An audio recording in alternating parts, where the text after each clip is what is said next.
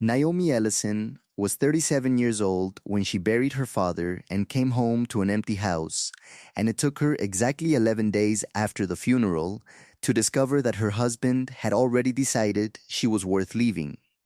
She wore the same black coat to the graveside that she wore to every client presentation. She owned one good coat, and she maintained it, and she did not think about this as modesty, only as sense.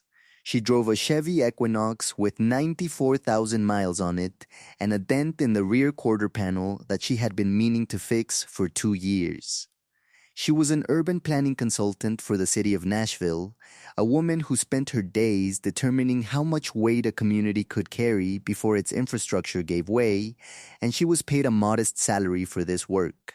And the people in her husband's life knew her as Quiet Naomi, the city planner, the one who always brought her own lunch and left parties early.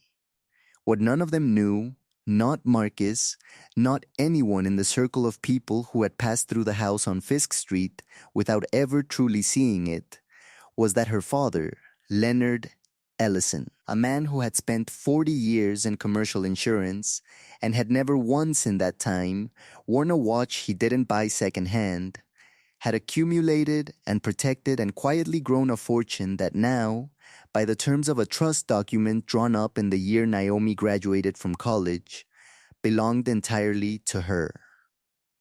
$400 million, structured and invested and held in her name alone, and not 1 cent of it in a place Marcus Ellison could reach. Marcus had known Leonard was comfortable. He did not know the scale of comfortable. And in the 11 days between the funeral and the morning Naomi found the photographs on his phone, he had already called an attorney. What Marcus did not understand, what he had never thought to ask in 7 years of marriage, was what kind of woman spent 17 years being groomed by a man like Leonard Ellison to be invisible until it was time to be otherwise. What happened next would educate him thoroughly. Before we jump into the story, comment where in the world you are watching from and subscribe because tomorrow's story is one you need to hear. The evening light came through the side window of the house on Fisk Street at the end of every October day and turned the kitchen floor the color of raw honey. And Naomi had always loved that hour. She had laid those floors herself 3 years ago, reclaimed white oak from a building demolition she had consulted on, salvaged and refinished in her father's garage over the course of 2 weekends while Leonard sat in a folding chair and offered commentary and cold ginger ale. The grain of each plank ran slightly differently than the last, which some people would have considered imperfect and which Naomi considered the whole point. Her father had told her when she was 12 and had come home from school furious because a teacher had credited her group project to the boy who had contributed the least, that the work always knew who made it. He had said it the way he said everything that mattered, without drama, without bitterness, with the steady conviction of a man who had never needed anyone else to validate what he knew to be true. The work knows, Naomi, you know. That's 2 people. Most situations only required 2.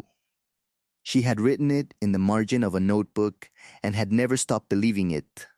She met Marcus at a city council meeting 7 years ago now. He was a commercial contractor, renovation projects, mostly adaptive reuse of older buildings, and he had sat beside her at a planning forum and asked questions about zoning variance procedures that were specific enough to suggest he actually worked in the field.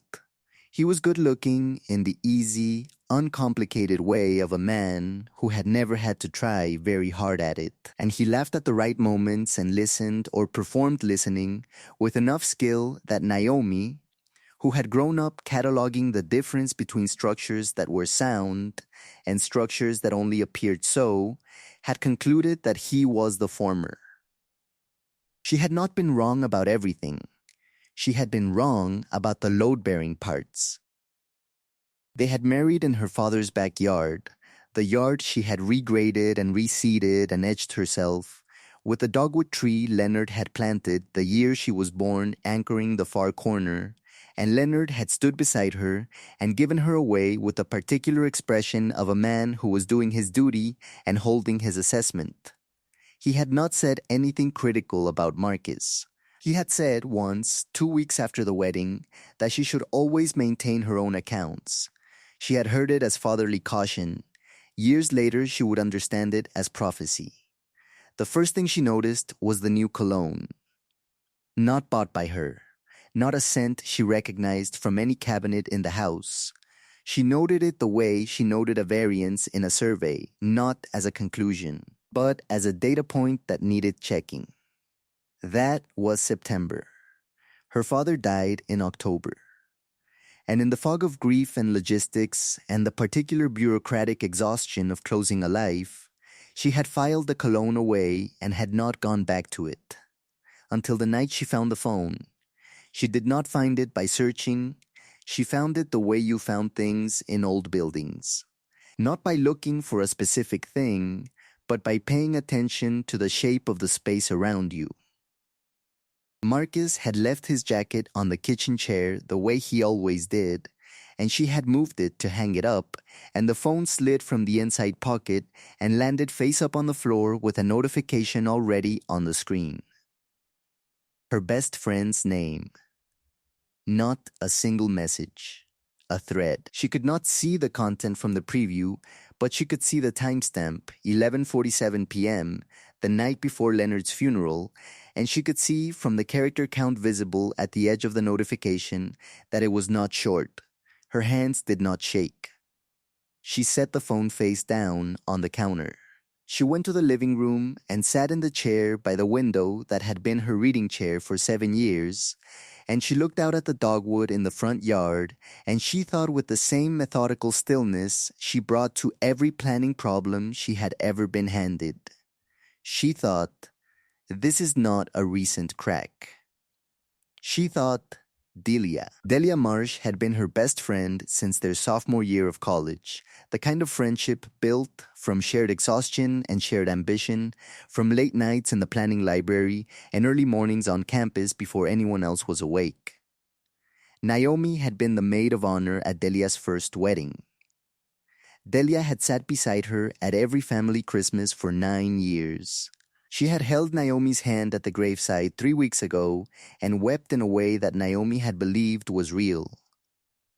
She stood up, went back to the kitchen, picked up her own phone, and called her attorney. Not Marcus's phone again. Her own phone.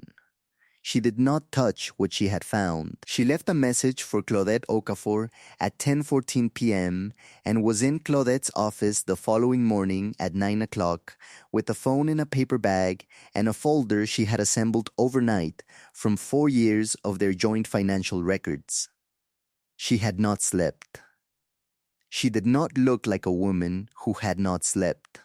She looked like a woman who had spent the hours doing something useful. Claudette Okafor had practiced family and estate law in Nashville for 19 years and had the quality of someone who had been surprised by nothing since roughly her 3rd year of practice. She was Leonard Ellison's attorney of record, which meant she was already familiar with the trust documents, already familiar with the scope of the inheritance, and already familiar with the very specific legal architecture Leonard had erected to ensure that what he had built could not be redirected by someone else's poor judgment. She looked at the phone. She looked at the folder. She looked at Naomi. "Tell me what you know," she said. Naomi told her. When she finished, Claudette was quiet for a moment. "Your father drew the trust in 2006. She said. "Your marriage is 2018. The trust predates the marriage by 12 years. Nothing in it is reachable as marital property under Tennessee law. His attorney, whoever he's hired, will figure that out inside 48 hours. I don't think Marcus knows what's in the trust. What does he think he married? A city planner with a good work ethic," Naomi said. "And a father who was comfortable." Claudette looked at her over her reading glasses for a moment. Comfortable, she repeated. That's the word Marcus used. Claudette set her pen down.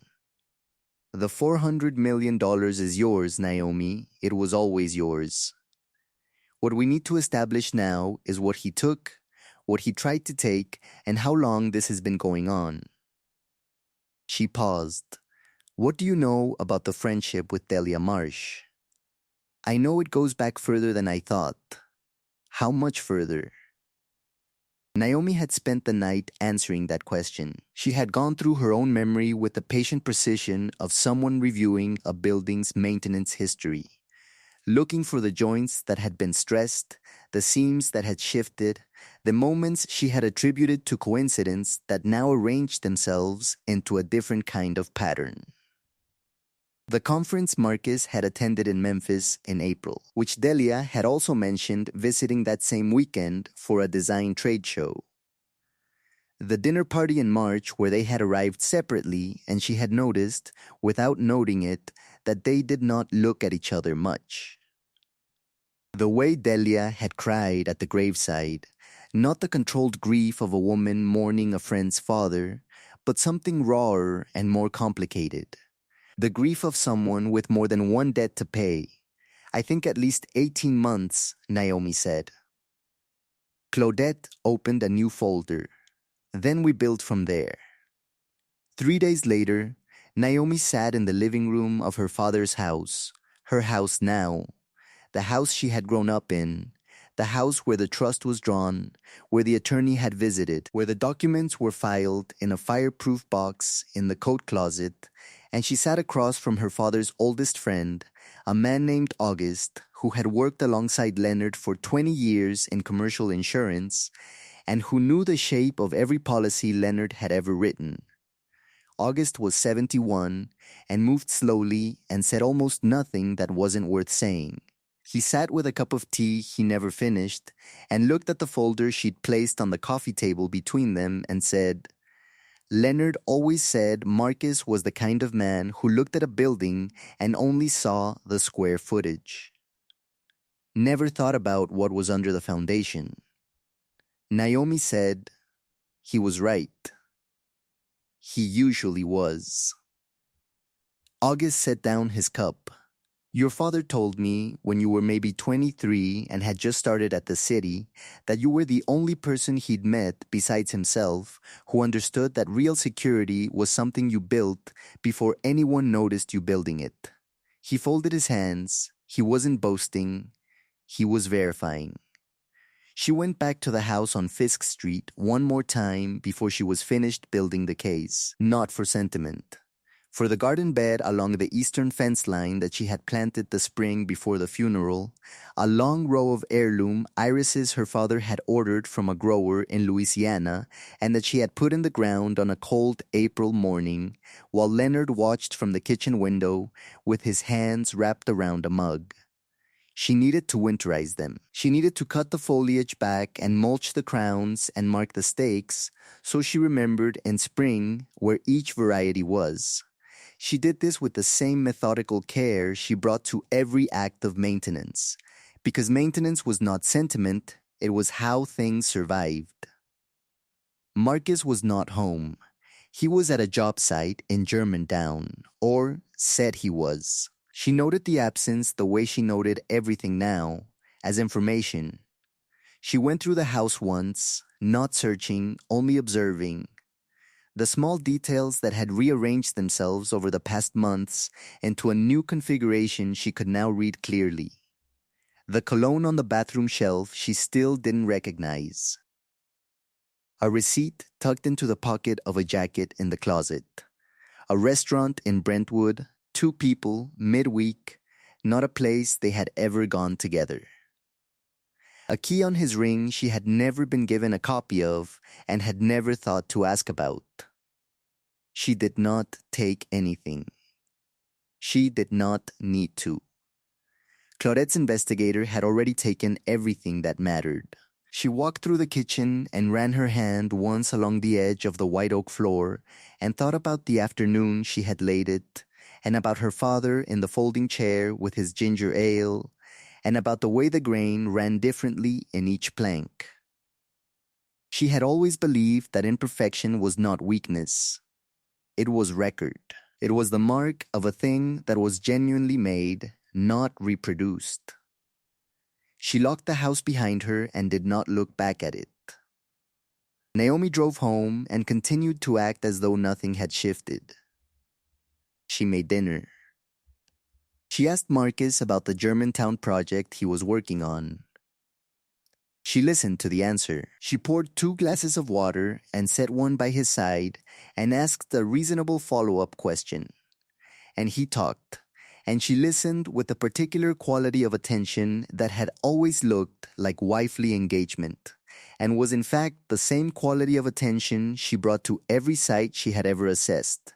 Not warm, not cold, only precise.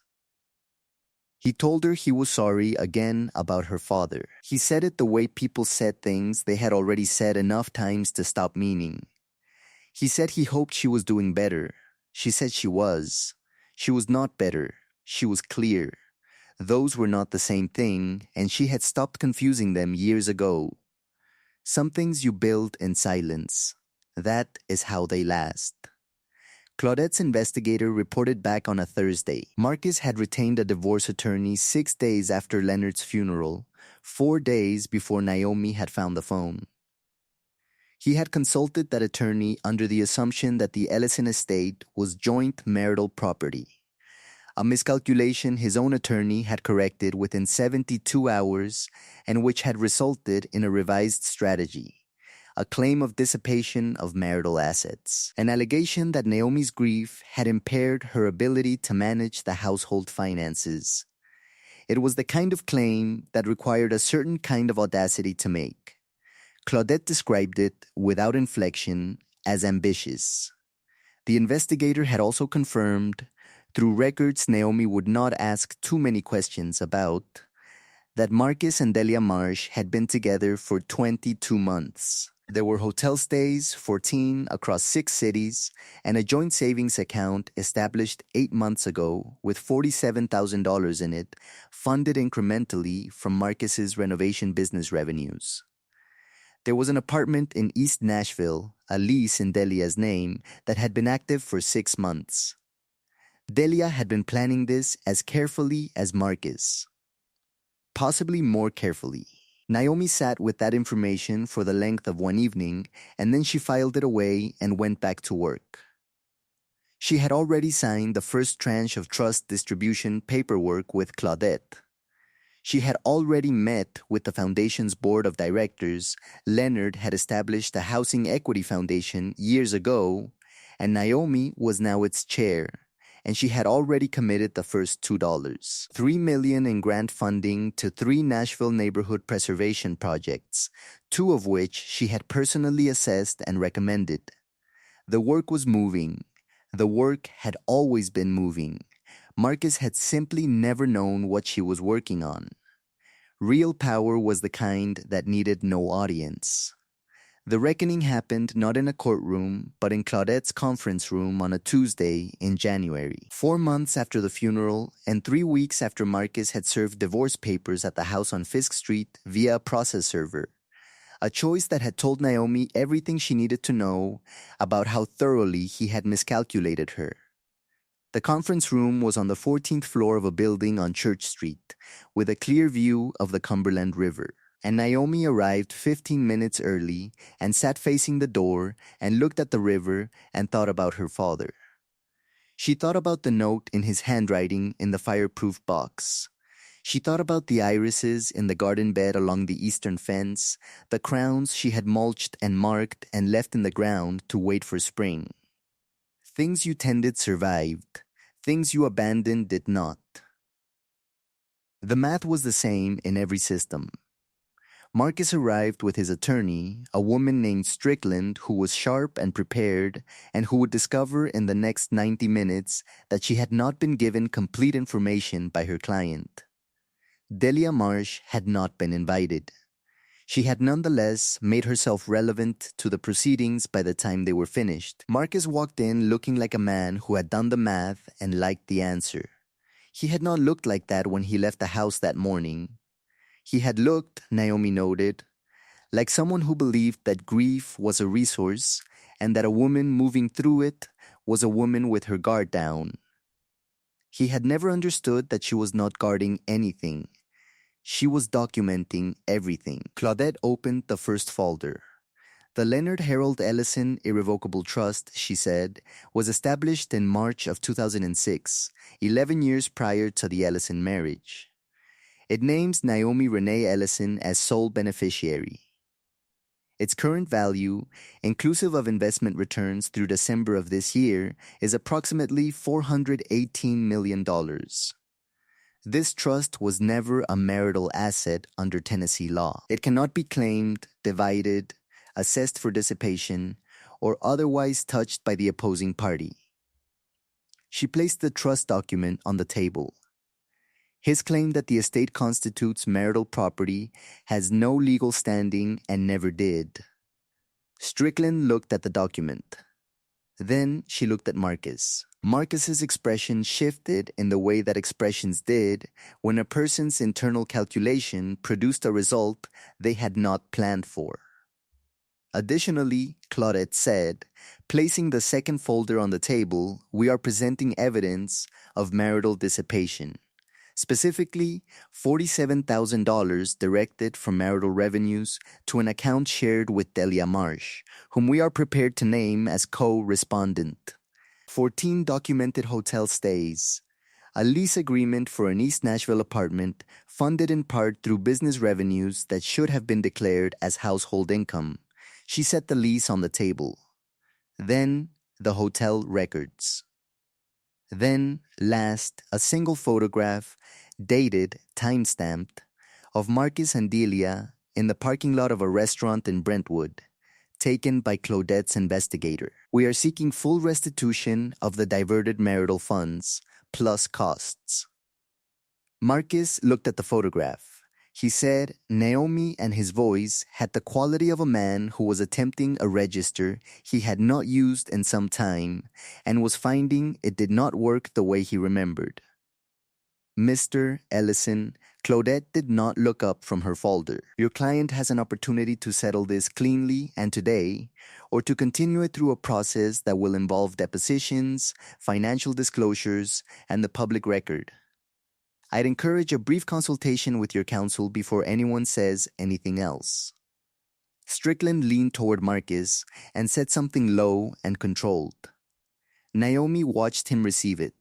She watched the calculation playing out behind his eyes, the revised math, the narrowed options, the recognition that the woman sitting across the table from him was not the woman he had constructed in his own understanding of her. She was something else entirely. She had always been something else entirely. He had simply chosen a version of her that was easier to leave. She said, when the room was quiet enough, you came into a house that my father built and my grandfather worked for and that I spent 7 years maintaining, and you looked at it and saw what you could take from it. She paused. The only thing I want you to understand, Marcus, is that you never once asked what it was made of. She stood. She gathered her documents into her bag. She nodded to Claudette, and Claudette nodded back, and Naomi walked out of the conference room with the quiet and particular composure of a woman who had already done the work and simply come to present the findings. The door closed behind her without a sound. She was free before she reached the lobby. 9 months passed the way months passed after grief had done its reshaping work, not quickly, but with a kind of inevitability, the way a foundation settled after a long winter. Naomi was sitting on the back porch of her father's house on a Saturday morning in October, in the same folding chair Leonard had always used, with a cup of coffee and a set of drawings spread across the small iron table beside her, when she heard the dogwood in the yard move in the wind and thought, for no particular reason, that her father would have liked this morning. The foundation had disbursed $1 million in its first operating year.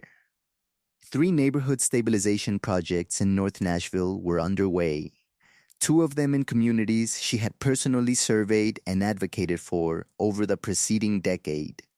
She had hired a full staff of 7 and had appointed herself executive director, which meant that the work she had spent 11 years doing for the city she was now doing at a scale Leonard had always believed she was capable of, and which she was only beginning to believe herself.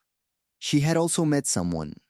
His name was Darnell, and he taught architectural history at Vanderbilt and had the quality rare in Naomi's experience of being genuinely interested in the things he was interested in rather than in being seen to be interested in them. He had come to one of the foundation's public forums in the spring and had asked a question during the Q&A that was so specific and so well considered that she had found herself answering it for longer than the format allowed. He had waited for her afterward. He had asked if she wanted to continue the conversation over coffee. She had said yes, and they had talked for 2 hours about adaptive reuse and community displacement and the particular ethics of preservation, and he had not once performed anything. He was not at the center of what her life had become. But he was in it. And that was enough. Marcus Ellison had settled in February. He had returned the $47,000, paid Claudette's legal fees, and forfeited any claim to the marital home, which Naomi had sold in March, and whose proceeds she had directed into the foundation's reserve fund.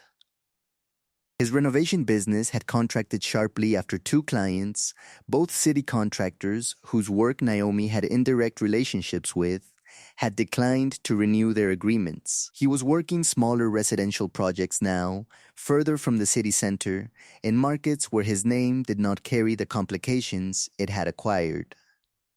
He had moved in with Delia briefly and moved out again by summer.